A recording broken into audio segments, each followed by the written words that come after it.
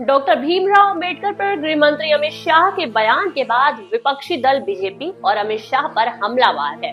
कांग्रेस के जोरदार प्रदर्शन के बाद अब बसपा को लगा जैसे उनके भगवान को कोई उनसे छीन ले जा रहा है।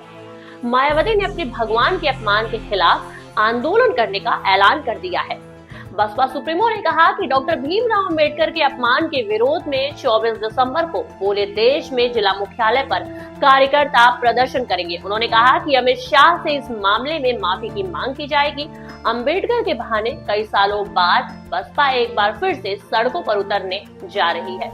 माफी मांगनी पड़ेगी, मांगनी पड़ेगी, मांगनी पड़ेगी। जिंदाबाद, जिंदाबाद, जिंदाबाद। अमित शाह इस्तीफा दो, इस्तीफा दो, इस्तीफा दो। अमित शाह माफी मांगो, माफी मांगो, माफी मांगो। दलितों के नाम पर राजनीति करने वाली पार्टी बसपा एक बार फिर से दलितों को साधने का प्लान बना ही रही थी कि उसके इस काम को आसान कर दिया दलितों के मसीहा डॉक्टर भीमराव अंबेडकर ने, जो इस समय सुर्खियों में है। बीजेपी नेता अमित शाह पर उनके अपमान का आरोप है। कांग्रेस के जोरदार प्रदर्शन के बाद अब बसपा भी इसमें कूद पड़ी है। बसपा सुप्रीमो मायावती ने अंबेडकर के अपमान के विरोध में देश भर में प्रदर्शन का ऐलान कर दिया है। मायावती ने कहा है कि 24 दिसंबर को पार्टी कार्यकर्ता देश भर में सड़कों पर उतरेंगे और विरोध प्रदर्शन करेंगे। इसके साथ ही उन्होंने कहा कि गृह मंत्री अमित शाह से माफी की मांग की जाएगी। डॉक्टर भीमराव अंबेडकर पर बवाल की शुरुआत हुई अमित शाह के उस बयान से जो उन्होंने संसद में दिया। पहले सुनिए अमित शाह ने आखिर ऐसा क्या कह दिया जिससे बवाल मच गया।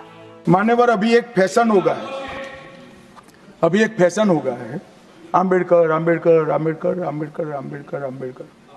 इतना नाम अगर भगवान का लेते तो 7 जन्मों तक स्वर्ग मिल जाता।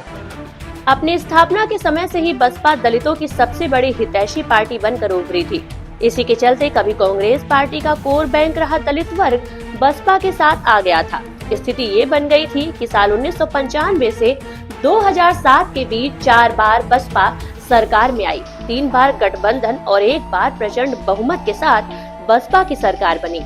मायावती यूपी की पहली सीएम बनी जिन्होंने अपना 5 साल का कार्यकाल पूरा किया, लेकिन साल 2012 के चुनाव में हार के साथ स्थिति खराब होती चली गई।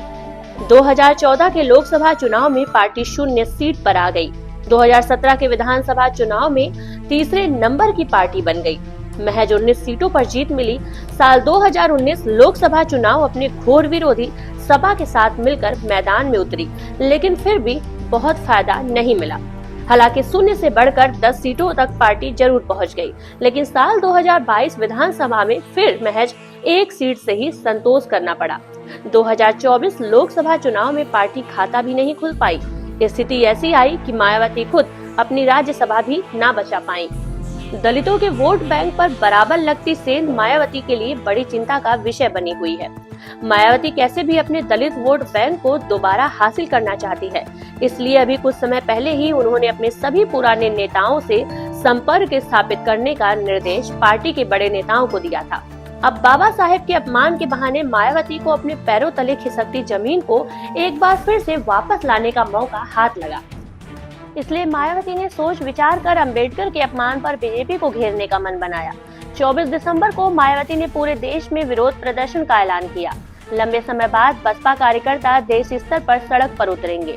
इससे पहले जुलाई 2016 में बसपा कार्यकर्ता पूरे देश में सड़कों पर उतरे थे, तब भी कारण बीजेपी ही थी। उस समय बीजेपी नेता दयाशंकर सिंह ने मायावती को लेकर विवादित बयान दिया था, जिसके खिलाफ बसपा ने जोरदार प्रदर्शन किया था। अब एक बार फिर से बीजेपी के ही खिलाफ बसपा सड़कों पर उतरने वाली है। अब देखना दिलचस्प होगा कि बसपा अपना दलित वोट बैंक वापस लाने में कितनी कामयाब हो पाती है। ब्यूरो रिपोर्ट, यूपी संवाद।